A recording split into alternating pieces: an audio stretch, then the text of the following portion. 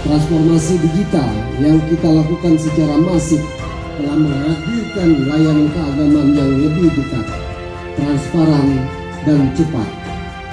Kita juga memperkuat fondasi ekonomi umat melalui ribuan pesantren. Pemberdayaan ekonomi sosial keagamaan seperti zakat, wakaf, infak, sedekah